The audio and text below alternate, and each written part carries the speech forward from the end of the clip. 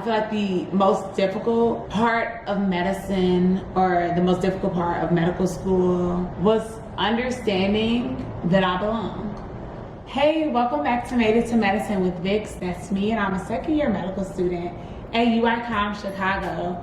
And this is the second video of my 3-part series of what I liked about medical school, what I didn't like about medical school, and things I wish I'd known before I started medical school. If you haven't done so already, hit that like button, hit the subscribe button, turn the notifications on because you don't want to miss a thing. So this video, I'm assuming it's going to be very easy for me because it's like all the things that I did not like, that I did not enjoy, that I was like, this is very much not my thing. It's never been my thing. I've never been into it, right? So if you haven't already, please watch the first part of this series. I'll link it somewhere above about all the things I liked about medical school, because we wanted to start out on a positive note, but this is when it gets real. I am forever encouraging people of color, especially, to get in tune with medicine, to, you know, aspire to be a physician, to be a nurse, a nurse practitioner, whatever, because the healthcare field is more than just doctors. And we need more people that look like you. But my first year of medical school was extremely difficult. And there's so much to unpack there.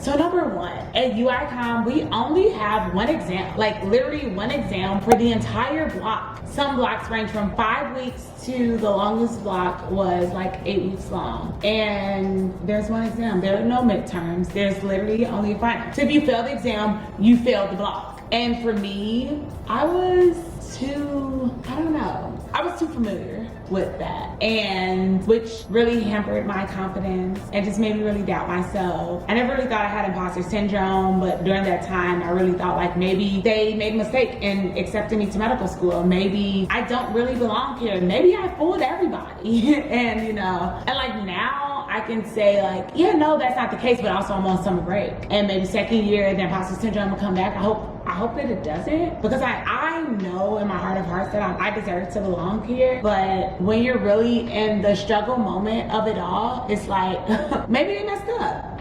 Maybe I was a glitch, I was a glimmer, and I snuck through the cracks. But if you stop watching right here, I want you to know that you are not a mistake. You deserve to be here. You belong here, and we need you, right? Okay, so let's carry on. Something else that I just really didn't like agree with my first year of medical school is that everyone tells you that medicine moves like at the speed of lightning. It moves extremely fast, blah, blah, blah, blah, blah. But I also feel like no one is really real. They're just kind of like, you'll get it. Like, you'll catch on. It's fine. Things are great. Like, this is amazing. You're accepted. This is like, all your troubles are behind you, but like, no. Your troubles don't like stop right then when you get accepted to medical school. And you know what? Like I said last video, I'm speaking first person. My troubles didn't stop. I thought that the hardest part was getting accepted, and it wasn't. I mean, yes, it was dang near. Like, I don't know, it's very difficult for me to work on my acceptance to medical school, but even like being in it was very difficult and just challenging to navigate. But I think it's very important that you surround yourself around people who are going to be honest with you. Like, medical school looks different for everybody. The transition, it varied, you know? And for me, it was very challenging, but for others, it was like, oh, okay, you know, whatever. By like mid-block 1, they had it all together, and that's fine. But I think it's very important not to compare yourself to other people, because that's when you're really on the downfall. Because like, it's such a difficult time, and I swear I'm using the same word over and over again. I edit essays for other people and I tell them like, use a thesaurus, but like, I'm regretting lifetimes, I can't do that. Bear with me. But it's challenging, and however long it takes you to adjust, whether that's 3 weeks, 3 months, or the entire first year, just know that you're doing your best, you're putting your best foot forward, and that has to be good enough, right? And like, the barometer that we measure things on, it shouldn't be based off of how other people are doing, but more so like how you're progressing. If on your first exam you got a 50%, on your second exam you got a 55%, on the third exam you got a 60%, like that's a 5% increase, but you're doing better. And that is all that really matters. And like for me, people talk so much about medical school in the first year, like, oh, well, that's a competitive specialty. Like, why would you want to do that? Or like, well, that's really competitive too. Like, there aren't really many women in that field. There aren't many Black people in that field. Why would you want to do that? And there isn't enough of, this is what you need to do to become a competitive applicant. I got so tired of hearing that this is competitive. Okay, I hear you, but the heart wants what the heart wants.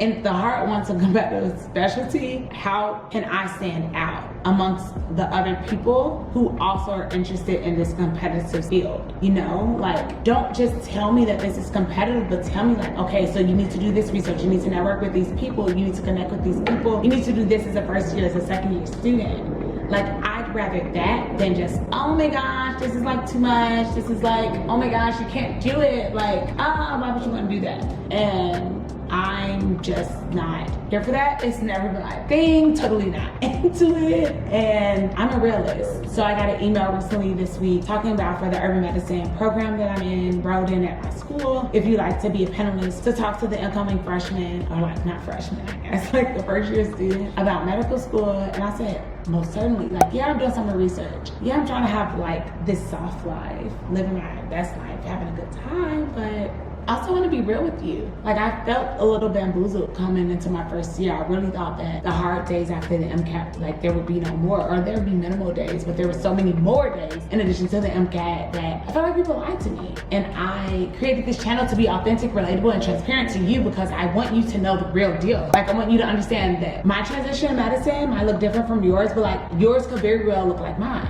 And that's okay. Like, yeah, my first year was hard and it sucked. There was a lot of things, but I made it out on top. Something else that I wasn't really a fan of is that, like, I feel like schools really preach about like, we support you and we're here for you and we know that we need you, but it's kind of taboo. And I'm not saying that like my school doesn't support me, they're not here for me. I think UICOM does a good job of that, but it's still the whole thing of being enrolled in medical school and you feel like other students don't need the support, other students don't need this help, they don't need this assistance. They feel like, what the heck is wrong with me? Like, why do I need all of the things in order to be successful? And that, again, hampered on my confidence and made me feel like maybe they made a mistake. Maybe I snuck through the cracks. So I'm like, I don't really know. And that kind of sucked for me because I'm the vice president. I'm a co-vice president of my class. So I have relationships with deans and assistant deans or associate deans of the College of Medicine, but at times I still felt like I couldn't be honest with them. And I really feel like the hardest part of medicine was admitting to the fact that I can't do it all by myself. Like, I don't have to, but just knowing that I don't need to. That was so hard for me. And I'm really making this video series to let you know that, like, all the feelings, all the emotions, all the things that you're going through, you're not alone. There are other people who have felt the same things as you previously, but you don't have to do this by yourself. And I know I've said this in several videos before, but like, this is really the thing that if I could tell anyone else entering into any field, actually, like whether it's medicine, business, law, I don't know, I'm not like an expert in any of these things, but asking for help doesn't make you weak, it makes you strong. And if you can just put your ego aside, then I just think that life would be so much better. I struggled my entire block one because I didn't get a tutor until 2 weeks before my exam. Thought that I could figure it all out on my own, but I didn't need to figure it out on my own. There are like eons of people before me who went through medicine. Like, they didn't do it on their own. Why do I feel like me as a Black girl from the south side of Chicago have to do it on my own? I constantly put that pressure on me that I have to beat the odds. I have to be better than. I have to do more than the person sitting next to me, but that's not true. Some of these things I feel like we construct them or we make them up in our own heads and it's unnecessary. But I can't lie. My first year was very, very challenging. And if I could do it all over again, I wouldn't. And that's just the truth. But I'm happy that I made it through my first year. And I'm happy that I had the support of family, friends, and loved ones, faculty, staff. I'm happy that I had all of that. But the reason why I created this channel is so that whatever struggles, whatever obstacles that I went through, that I could probably be a beacon of light, a beacon of hope, whatever. Like, so many people tell me that I'm an inspiration. I'm just like, wow, those words are so foreign to me because I'm just a Black girl from the south side trying to make it out the hood. It's to come back to serve the hood. And I'm really rooting for a more diverse field of medicine. I really want the people who are servicing the citizens, who are servicing the patients, to look like those that they're working for. That is very essential to me, which is a big part of why I wanted to be a physician. Because the hood need love too, like, and it's not just my hood of Black people. The Latinx hood needs love, the Indian hood needs love. You know, like, we all need love. And so we deserve physicians who look like us, to relate to our circumstances, our experiences, can understand us. And all in all, I feel like the most difficult part of medicine, or the most difficult part of medical school, was understanding that I belong. For some reason, that was very hard for me. So many people have doubted me, doubted my passion, doubted whether this was a journey that I should take, or doubted whether I belonged here. And I know that I do now, but during the midst of the struggle, it was very challenging and very difficult to understand that there's a place for me in medicine. So if you feel like that, if you think that, you know, maybe your story isn't unique, or maybe you're too different from other people, you deviate too far from the norm, just know that your differences are really what make you you. There's no one else on this world that is like you. That's truly what makes you unique. And keep fighting, keep going.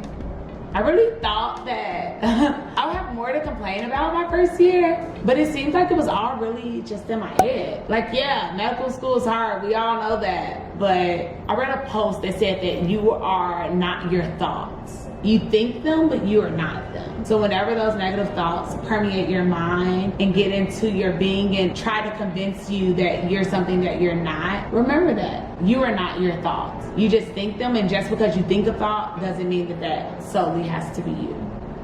But yeah, I guess that's really it on the things I didn't truly enjoy about my first year of medical school. I'm sure as I'll continue to progress and go and grow throughout my journey in medicine, I'll have more things to add to both of these things I like, things I don't like. But I want to thank y'all so much for tuning into another video of Made Into Medicine with Vic. If you have any questions, comments, or concerns, please comment them down below. And if you haven't done so already, hit that like button, hit the subscribe button, turn the notifications on because you don't want to miss a thing. Do all of the things to support this channel and everything. So thanks so much for tuning in, and I'll see you next week. Bye.